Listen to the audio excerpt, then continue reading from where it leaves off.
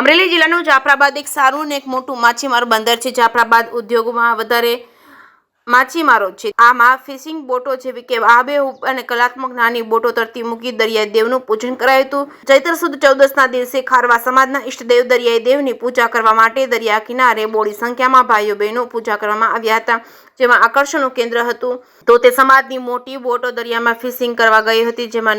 તેમાં જેવી જ બોટો માલિક દ્વારા આબેહૂબ નાની નાની બોટલો બનાવી તેમને શણગારી દરિયાદેવને ખોળે તરતી મૂકવામાં આવી હતી. પોતાના પતિ, પિતા અને ભાઈ કે દીકરાની રક્ષા દરિયાદેવ કરે છે. ધંધા રોજગારમાં પ્રગતિ થાય તેવી પ્રાર્થના કરવામાં આવે છે. વર્ષોથી ચાલી આવતી પરંપરા મુજબ દર વર્ષે ચૈત્ર સુદ 14ના રોજ બોટો દરિયાદેવને ભેટ અર્પણ કરવામાં આવે છે. આ બોટો મોટી બોટો જેવી જ આબેહૂબ હોય છે, કલાત્મક બનાવવામાં આવે છે. મોટી બોટો જેવો જ કલર અને કેબિન તેમજ વીજ ગેસના બાટલા તેમજ વાયરલેસ સેટ તેમજ કોલ્ડ રૂમ તેમજ લાઇટિંગથી સજ્જ બનાવવામાં આવે છે. તેમાં બોટોના નામ અને નંબર તેમજ ધજા તેમજ ફિશિંગ નેટ સહિતની બોટોમાં જેટલી સામગ્રી હોય તેટલી સામગ્રી નાની બોટોની અંદર જોવા મળે છે. આ બોટોની અંદાજિત કિંમત 1100 થી 2100 રૂપિયા જેટલી હોય છે. આ બોટોમાં ફૂલોના હાર, અગરબત્તી, નૈવેદ્ય, પ્રસાદ, નારિયેળ ધરીને દરિયામાં તરતી મૂકવામાં આવે છે. જે કેસરી ગુજરાતી સાથે કાળુ શાકનો જાફરાબાદ.